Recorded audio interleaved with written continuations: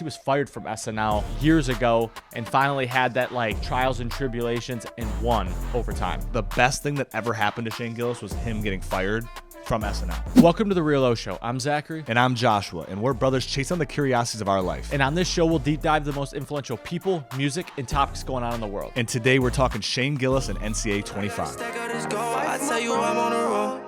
About to get all this dough. Me and no fuck niggas know. I swear to God we the ghosts. This ain't the story they told. Man, if you know, then you know. I never had to tell my dogs and we on rough for greatness. They paper getters, they want money more than they want. What's good, everybody? Welcome to the show. We have two topics today that I think are incredible. One, Shane Gillis finally performed on Saturday Night Live, and then we're going to get into the NCAA 25 video game, which I think is going to be state of the art. But Joshua, go into your thoughts on Shane Gillis finally performing his jokes, because he had an 8-minute monologue before in the skit. What did you take from it? But also what's most interesting about it is he was fired from SNL years ago and finally had that like trials and tribulations and won overtime. Shout out to Shane Gillis, had a full circle moment. If there's one thing it showed me was I was really happy for Shane. He used a lot of his old material, which Louis C.K. literally told him, like, yo, don't make a bunch of new material for this. No one has seen you that's going to watch this show. Like, just use a bunch of old material. So me as a Shane Gillis fan, I had heard a lot of his jokes that he said in the monologue, not taken away from it. It was fantastic. That was hilarious. There's a really funny clip of a girl who's just mean mugging him the whole time, just hating his jokes. It was fucking hilarious. But I will say there's one thing that I learned from Saturday Night Live. Saturday Night Live is horrible.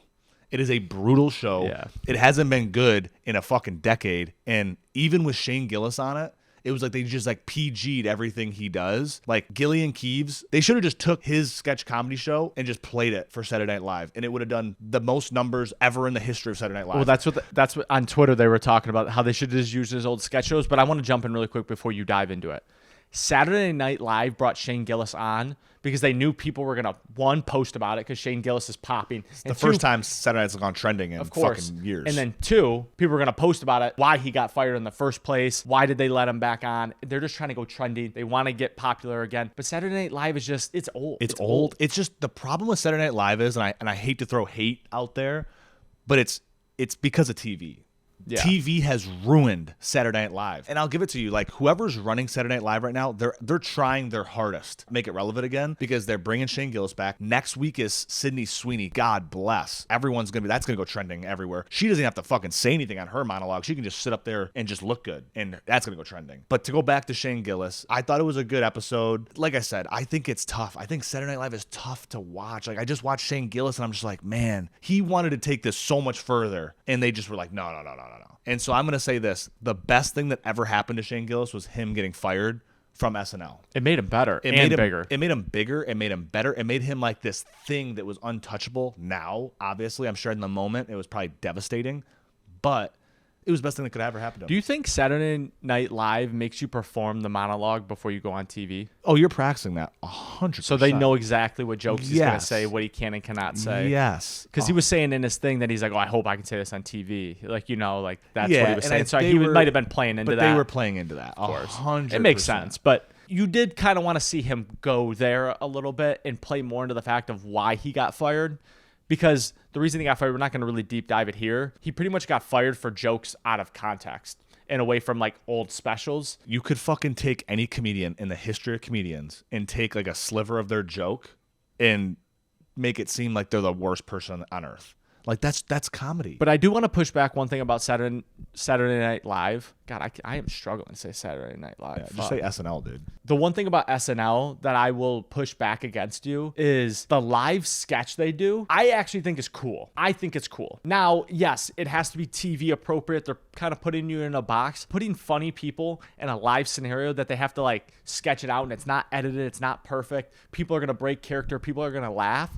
I think it's funny. No, I think it's a good, listen, the idea of SNL and what SNL has done and created in the superstars that have come from it, you cannot take that away, and I give them all the flowers in the world. But because it's on TV. Like, to me, SNL should almost have a TV series, and then they should have like their X-rated sketches that they just put on YouTube and like Twitter and all these other things that, like, yes, this didn't make the show, but we're still funny. And I think that's another way where it's like you're modernizing SNL. And I think SNL's going to get to a point anyway where TV is irrelevant. And it's going to have to go to a streaming platform. It's going to have to go to a YouTube.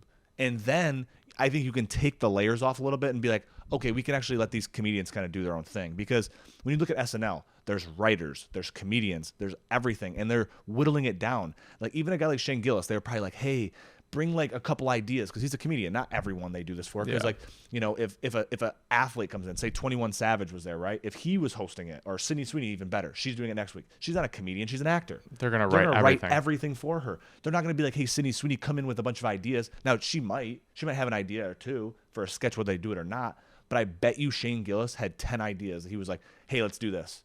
And then they were probably like, yeah, we could probably do that. You know, like change it out a little bit. Like the Trump shoes. Like to me, that was like Shane. Like, yeah. Actually, I'm going to take that back. It wasn't Shane, because Shane's known for like his funny Trump stuff. Yeah. So I feel like they were like, oh, let's steer into it a little bit. Maybe. So I will say this. I think Shane was fantastic. 10 out of 10. Probably the best SNL that I've seen in years. But like I said, I think it's tough to do it on TV. So Joshua, after more than a decade, NCAA is coming back. The world cannot wait. Chris Fowler, you actually sent me a video about Chris Fowler, who's this announcer, was on College Game Day, but the best college football announcer maybe of our time. And he was talking about how hard it's been doing the game analysis and how in-depth they're going, how many times he's had to repeat the mundane or the interesting plays. And he talked about how you can kick a 71-yard field goal. You can punt on second down. And they're talking about how they're going to deep dive the analysis and give you real reasons why you should or shouldn't do this. You can throw 5 picks with a quarterback, 5 touchdowns with a quarterback, how they're really going to be able to go into depth, because most video games, as we were just talking about, like Madden, it's the same thing over and over. It gets repetitive, it gets boring, and that's why Madden is losing. But I think the twist we want to go on to, actually I'll hold the twist. Joshua, how excited are you for NCAA? I'm extremely excited. I just told you the other day, like, we don't game. We're not big gamers. I was like, I'm going to buy a fucking new console for this. Like, I was like, I'm going to invest, because I was like, that's how much this game means. And I think, just to go off that, I think 2025 as a whole,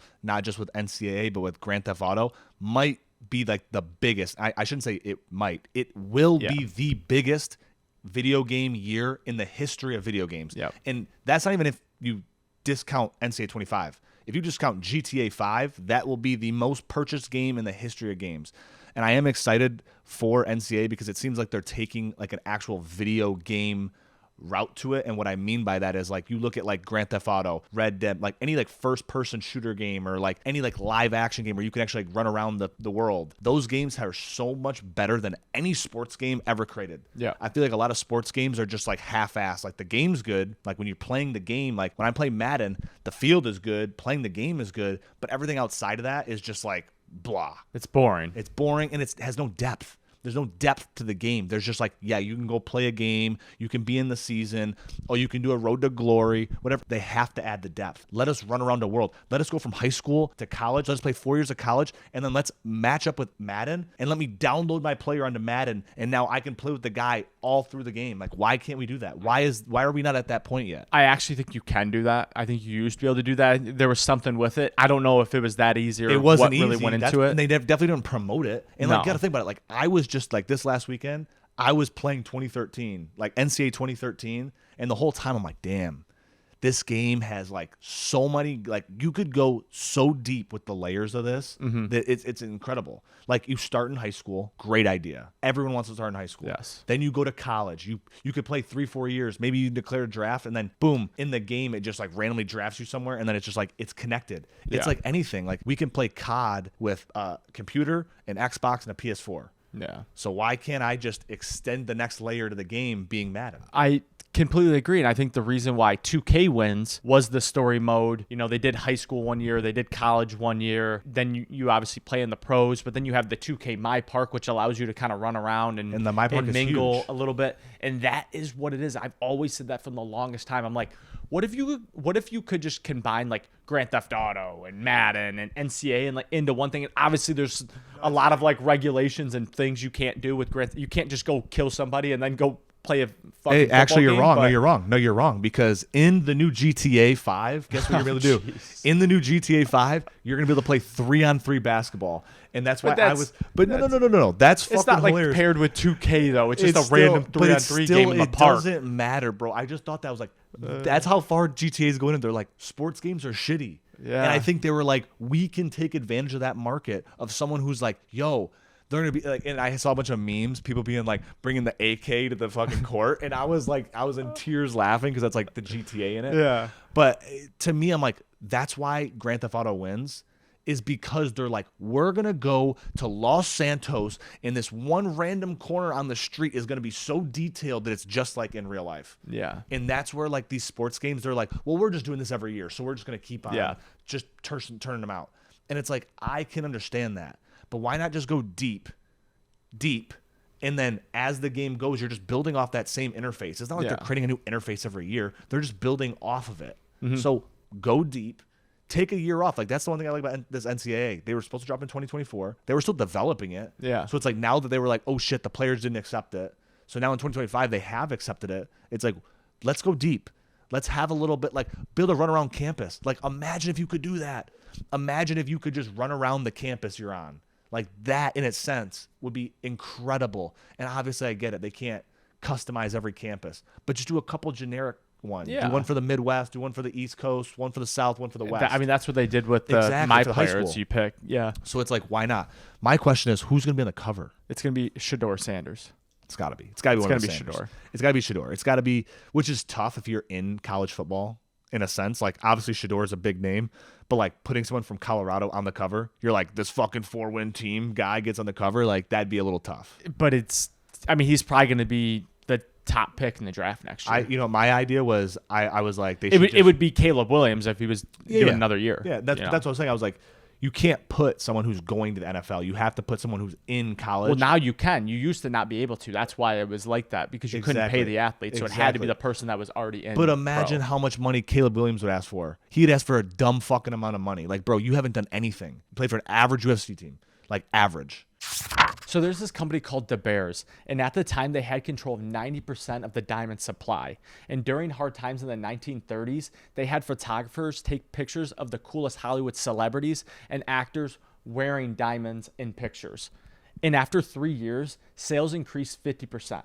With the increase in sales, they then convinced people to spend 3 times their monthly salary on an engagement ring. Even Marilyn Monroe made a song, Girls Love Diamonds, in one of the most famous movies at the time. Since they had a monopoly on diamonds, they would manipulate the release of them. And they even had a warehouse in London with roughly $5 billion worth of uncut diamonds, which created an antitrust law with the US and no longer could do business in the States. What I thought was even crazier is we have only enough gold to fill 3.5 Olympic-sized swimming pools, and we have a quadrillion amount of diamonds. And yet gold is worth less than diamonds. And this is a huge reason why we're seeing lab-grown diamonds take over the market. All I heard you say while you were talking there was marketing is king. Because at the end of the day, these diamond companies have convinced a lot, and I mean a lot, of white girls that they need a diamond on their finger, on their neck, on their ear, whatever it is, because that's the true thing. I don't know what it was. I don't know if this is the same company, but I remember like in the 1930s, they had an ad campaign in the New York Diamond District that was basically like, this was the ad was, you should be getting your girl a diamond when you get married, and if you're not, you're a broke boy. Like, that's literally the ad. I mean, it probably was them because at the time they had 90%. Yeah. Now, current day, they hold about 63%, which is a ton still. But at the time, they had 90%. They had a true monopoly on the industry. I mean, that there was literally ads back in the day that were like, if you don't buy a diamond for your girl, you are a broke boy. Yeah. So now it's like the stigma is like, it's kind of like it's the true thing. Like, if you got engaged to a girl or a man or whatever and didn't get them a diamond, you would be looked at as like a second-class citizen. Yeah. And it wouldn't be like, even if your significant other doesn't care about it,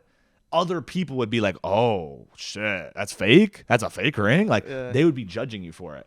So it is kind of a stigma. Like, that is true marketing. It's like the keep up with the Joneses mentality. But what I thought was also interesting is the Bears, the company we're talking about, has a storefront on Madison Ave in New York. That's great. Let's rob that bitch.